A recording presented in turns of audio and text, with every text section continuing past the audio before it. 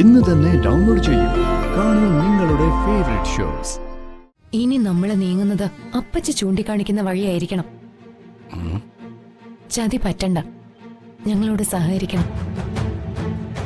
വാ അപ്പച്ചി.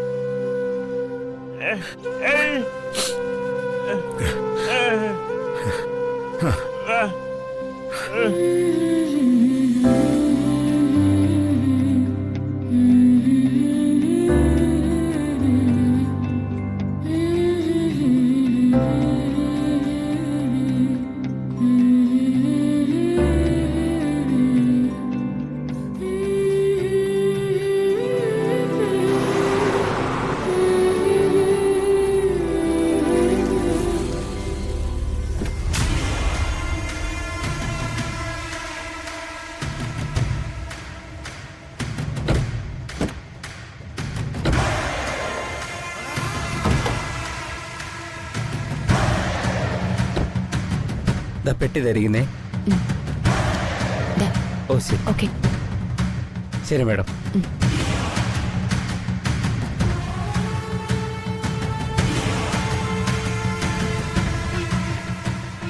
അയ്യോ മോളെ,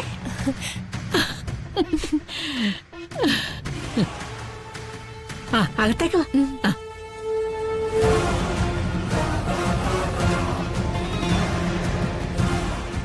ഇങ്ങോട്ടിരിക്കും. നീ ഇന്ന് വരുമെന്ന് വിളിച്ചറിയിച്ചപ്പോ അപ്പച്ചി കണ്ണിൽ എണ്ണ ഒഴിച്ച് കാത്തിരിക്കായിരുന്നു മോളെ. സന്തോഷായി അപ്പച്ചി.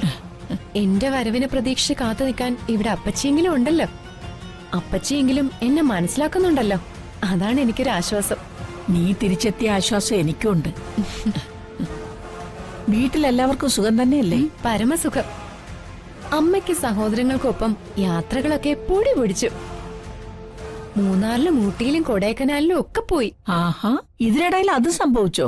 ആ, എന്റെ ഭർത്താവെന്ന മരക്കോന്നലിൽ നിന്നും അത്തരം വിനോദങ്ങളൊന്നും പ്രതീക്ഷിച്ചിട്ട് കാര്യമില്ലല്ലോ. ആ കുറവ് അമ്മയും സഹോദരങ്ങളും ചേർന്നങ്ങ് പരിഹരിച്ചു. ഇങ്ങോട്ട് തിരിച്ചു വരണമെന്ന് തീരെ താല്പര്യമില്ലായിരുന്നു. ഭർത്താവ് വിളിക്കാൻ വരുന്നെങ്കിൽ മാത്രം തിരിച്ചുപോയാൽ മതിയെന്ന് വീട്ടുകാരും പറഞ്ഞതാ. പക്ഷെ അപ്പച്ചിയുടെ നിരന്തരമായ വിളിയും നിർബന്ധവും കാരണമാണ് ഞാനിപ്പോ വന്നത്. ഇവിടെ എന്താ അപ്പച്ചി പ്രശ്നം? നീ പോയതിൽ പിന്നെ ഞാൻ വല്ലാതങ്ങ് ഒറ്റപ്പെട്ടു പോയി. മനസ്സു തുറന്നൊന്നും മിണ്ടാനോ എന്തെങ്കിലും കൂടിയാലോചന നടത്താനോ ആരുമില്ലാതായി. സുമലതയ്ക്കും കുറുപ്പിനും ഞാൻ കണ്ണിലെ കരടായിപ്പം. പിന്നെ വന്ദന എന്ന മൂളിയലങ്കാരി. എന്നെ ഏതു വിധേനയും ചവിട്ടി പുറത്താക്കാനുള്ള തന്ത്രമായിട്ട് നടക്കുക ആ ഇരണം കെട്ടവള്. എനിക്കാകെ ഒരു സപ്പോർട്ട് ഹരിതയായിരുന്നു. ഇന്ന് അവളും എന്നോടൊപ്പം ഇല്ല. ഹരിത എവിടെ പോയി? ആ സംഭവം നീ അറിഞ്ഞിട്ടില്ലെന്ന് മനസ്സിലായി. മനോജിനും ഹരിതയ്ക്കും താമസിക്കാൻ കരുണാകരൻ സിറ്റിയിലൊരു വീടെടുത്തു കൊടുത്തിരിക്കുക. അവരങ്ങോട്ട് താമസം മാറ്റി.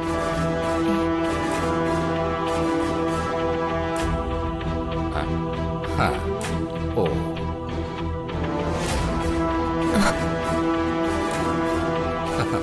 നന്നായി. നീ തിരിച്ചെത്തിയതിൽ വളരെ സന്തോഷം. നിന്റെ ശബ്ദം കേട്ട ഉടനെ വന്ന് ആരതി ഒഴിഞ്ഞ് സ്വീകരിക്കാൻ എനിക്ക് പറ്റിയില്ല, ക്ഷമിക്കണം. ചില ചുമതലകൾ അച്ഛനെ ഏൽപ്പിച്ചിരിക്കുക. ഞാനതിന്റെ ആലോചനയിലും ചർച്ചയിലും ഒക്കെ ആയിരുന്നു. എന്ത് ചുമതല ഏൽപ്പിച്ചിരിക്കുന്നേ? എല്ലാ ചുമതലകളും ഒന്നിനു പുറകെ ഒന്നൊന്നായി എന്നെ ഏൽപ്പിക്കാനാ അച്ഛന്റെ തീരുമാനം. എന്നോട് ആലോചിക്കാതെ ഇനി ഒരു കാര്യവും അച്ഛൻ ചെയ്യില്ല. ഹരിതയുടെയും മനോജിന്റെയും ജീവിതത്തിന് ഒരു അടിസ്ഥാനമായി. താമസിയാതെ ജഗനും വന്ദനയ്ക്കും അതുണ്ടാവും. കുടുംബ വീടും വേണ്ടത്ര സ്വത്തും എന്റെ പേരിലാവും. അങ്ങനെ 3 മക്കളുടെയും ഭാവി സുരക്ഷിതമാക്കാൻ അച്ഛന്റെ തീരുമാനം. ഇതാണോ ചർച്ച ചെയ്തോണ്ടിരുന്നത്? അതെ. എന്നാ അതൊന്നുമല്ല സംഭവിക്കാൻ പോകുന്നത്. കുറുപ്പിനെ സ്വാധീനിച്ച് വേണ്ടത്ര സ്വത്ത് ഹരിത അടിച്ചു മാറ്റും. വന്ദനയുടെ തലയണ മന്ത്രത്തിൽ ജഗനും കോടികൾ കൈയടക്കും. മൂത്ത മകനും മണ്ണുണ്ണിയായ നീ വട്ടപൂജ്യം. അപ്പച്ചി, എല്ലാ സ്വത്തുക്കളുടെയും ചുമതല ജിതേന്ദ്രനാണെന്ന അച്ഛന്റെ വാക്ക് വെറും പൊള്ളയ. രാഷ്ട്രീയക്കാരന്റെ കപട വാഗ്ദാനം. വിദ്യേ, ആ വാക്ക് വിശ്വസിച്ച് സ്വപ്നം കണ്ടു നടന്ന കോടികൾ ചോരുന്ന അറിയില്ല. അതുണ്ടാകാതിരിക്കാനുള്ള കരുക്കൾ ഇപ്പോഴേ നീക്കിയിരിക്കണം.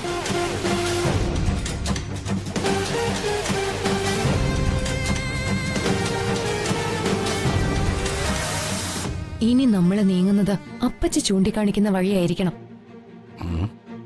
ചതി പറ്റണ്ട, ഞങ്ങളോട് സഹകരിക്കണം. വാ അപ്പച്ചി.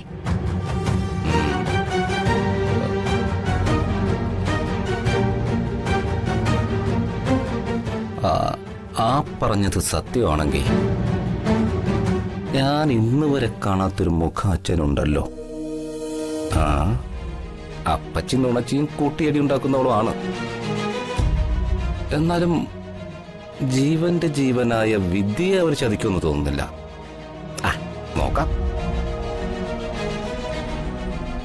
എന്തായാലും വട്ടപൂജ്യമാകാൻ വേണ്ടി ജിതേന്ദ്രൻ കയ്യും കെട്ടി നിന്ന് കൊടുക്കില്ല. എനിക്കും ആവണം കോടീശ്വരൻ. എന്നിട്ട് പണിയൊന്നും ചെയ്യാതെ 2 സ്മോളും അടിച്ചങ്ങിരിക്കണം. അല്ല പിന്നെ ഓർക്കുമ്പോ തന്നെ നല്ല സുഖം.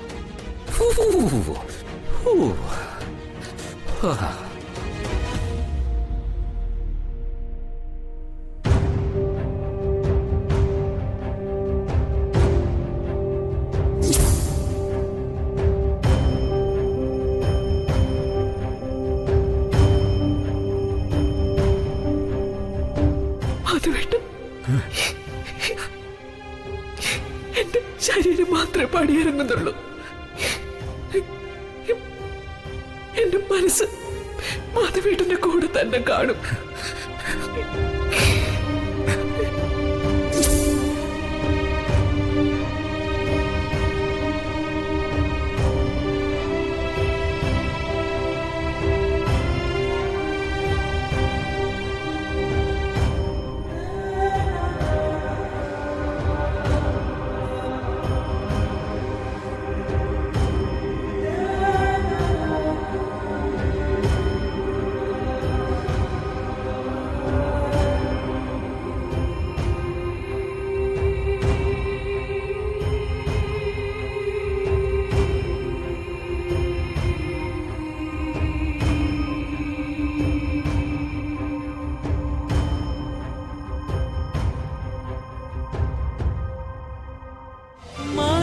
കൊട്ടാരം